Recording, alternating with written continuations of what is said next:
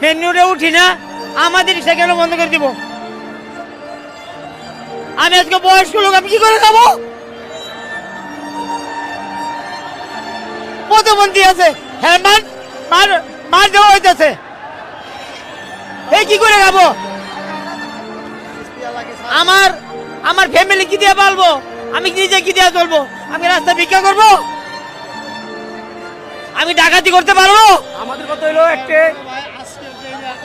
আমাদের কথা হলো দেশের, আমাদের কথা হলো অটো রিক্সা চলতে হবে, আমাদের কর্ম দিক, তাহলে হলে কি আপনাকে বন্ধ করে দেয়? আমরা এতগুলো লোক আমরা কি করে খাবো?